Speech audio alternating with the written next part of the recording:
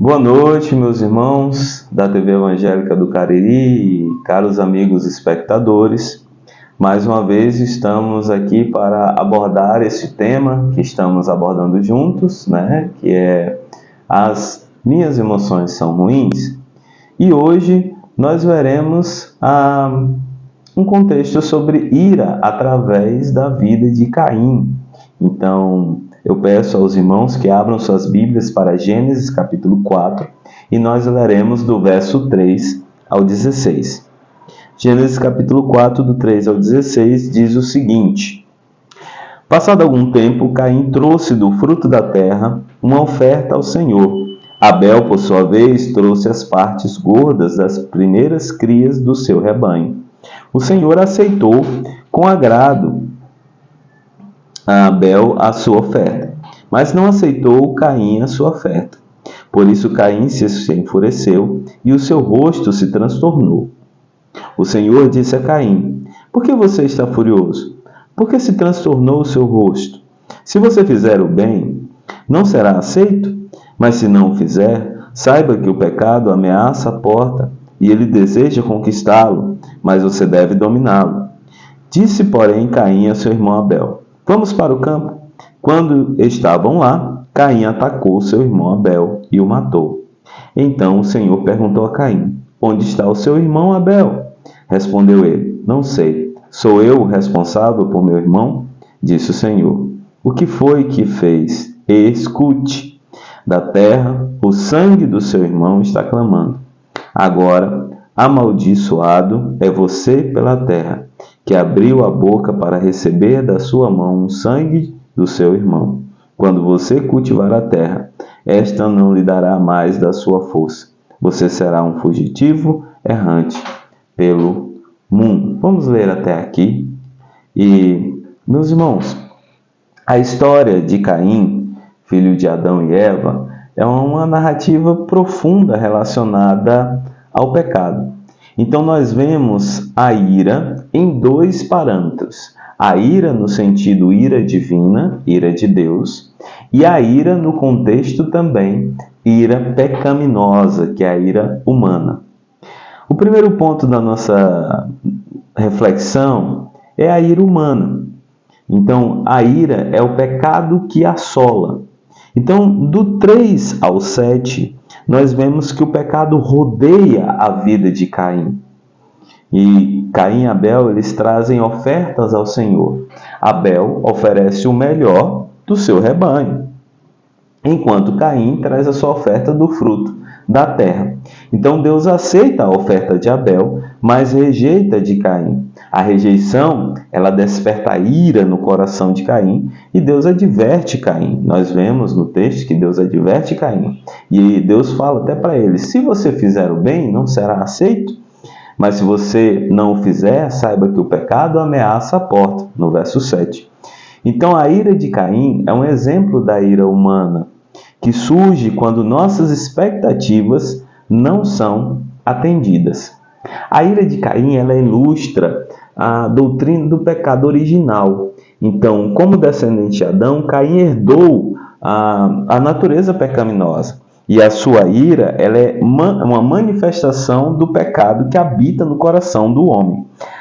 Então nós vemos através da teologia que o pecado não é apenas um ato externo, mas uma condição interna que corrompe toda a humanidade. Nós vemos isso lá em Romanos 5,12. Então a ira de Caim, ela revela a incapacidade humana de agradar a Deus sem a graça regeneradora. Nós vemos também que a ira de Caim levanta questões sobre a liberdade humana e a responsabilidade moral. Caim tinha a escolha de dominar o pecado, mas optou ceder à sua ira. Isso nos leva a refletir sobre o livre-arbítrio e a soberania divina. Nós vemos que, embora o homem tenha liberdade para agir, essa liberdade ela está atrelada também à vontade de Deus. E também, embora o homem tenha essa liberdade vai até o limite da sua natureza. Essa liberdade ela é escravizada pelo pecado, pela natureza pecaminosa que habita nele. Então, até que a graça de Deus intervenha na vida do homem, o homem não pode agir de outra forma. Você pode ver isso lá em João, capítulo 8, verso 34. Nesse primeiro ponto, meus irmãos, nós podemos ver que nós devemos tomar cuidado com a ira que habita em nossos corações. Essa raiva, essa ira exacerbada. Nós podemos estar tentados a ceder ao pecado quando as nossas expectativas, assim como Caim tinha expectativa em relação à sua oferta, quando nós também temos expectativa a algo e essa expectativa não é atendida. Nós devemos lembrar que o pecado está à porta, mas nós devemos dominá-lo, buscar a graça de Deus para vencer a ira e o ressentimento. Vemos também que há uma ação de Deus referente à ira. E aí nós vamos perceber também a ira divina. Nosso segundo ponto, ele fala sobre a ira divina e o julgamento de Deus. Está no verso 9 ao 12. No verso 9 ao 12, Deus vai perguntar a Caim aonde está o seu irmão. Então, após o homicídio de Abel, Deus confronta Caim e ele pergunta: onde está Abel, seu irmão? Só que Caim responde a Deus com mentira e insolência. Ele diz: não sei, sou eu responsável por meu irmão. No verso 9, nós podemos ver a graça de Deus, né, sobre homens, até mesmo sobre aqueles que são pecadores. Pois como pode o homem responder assim a Deus? Então Deus pronuncia seu julgamento a Caim, que ele seria amaldiçoado e vagaria pela terra como um fugitivo. Então a ira divina, ela é manifestada na justa punição pelo pecado. A ira divina está sobre o pecado e sobre aqueles que cometem o pecado. Então, meus irmãos, devemos tomar cuidado com a prática do pecado. Caim, ele não tomou cuidado. Ele teve ira, pecou, matou o seu irmão e essa ira, ela voltou-se como um pecado contra ele, como todo pecado tem consequência. Deus agiu através disso para realizar as consequências ligadas ao pecado. Então, sobre isso, sobre o pecado de Caim, veio a ira divina. E essa ira divina, ela é justa, ela é perfeita. Nós podemos perceber que a ira divina postevém a graça. Deus foi gracioso com Caim, falando até a ele, dizendo para ele não dar lugar ao mal. Mas Caim, mesmo assim, não escutou a Deus, matou seu irmão e cometeu o pecado e recebeu a justiça sobre esse pecado, a condenação sobre esse pecado. Nós aqui vemos a doutrina da justiça de Deus. Deus é justo ao punir o pecado de Caim. Nós vemos que nessa teologia, a justiça de Deus, ela exige uma punição pelo pecado. Então a ira divina, ela não é arbitrária, mas uma resposta justa à rebelião humana contra Deus. Nós podemos ver em Romanos 1,18 isso. Então o julgamento de Caim, ele levanta questões sobre a natureza da justiça. Nós vemos que Deus é amoroso, mas ele também se ira. Então podemos entender que a ira de Deus é uma expressão de sua santidade e justiça. A ira divina, ela não é contraditória ao amor de Deus, mas ela complementa, pois Deus é tanto amoroso quanto justo. Nós vemos isso em Salmo capítulo 7, verso 11. Então, irmãos, não subestimem a ira de Deus. Ele é justo e não deixará o pecado impune. Caim foi punido por seu pecado. Nós também somos punidos pelos nossos pecados, se não nos arrependermos. Nós devemos buscar a graça de Deus e vivermos em obediência a Deus e obediência à sua verdade. E lembre-se, todo pecado é punível. Vemos também no ponto 3 que a ira de Deus leva ao julgamento. E existe a consequência do pecado. Nós vemos isso do verso 13 ao 16. Caim, ele vai receber o castigo, mas o que é interessante, Caim não se arrepende do castigo. Caim diz o seguinte: serei eu fugitivo e errante pelo mundo, e qualquer que me encontrar me matará? Caim se fez de vítima. Caim não disse ao Senhor: Senhor, eu me arrependo das minhas ações. Caim disse: como posso eu suportar tamanha condenação?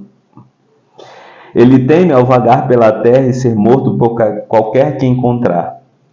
Mas nós vemos que até assim a misericórdia de Deus age. Deus age em misericórdia e colocar um sinal em Caim para protegê-lo de ser morto. No entanto, Caim é condenado a uma vida de fuga e desespero longe da presença de Deus.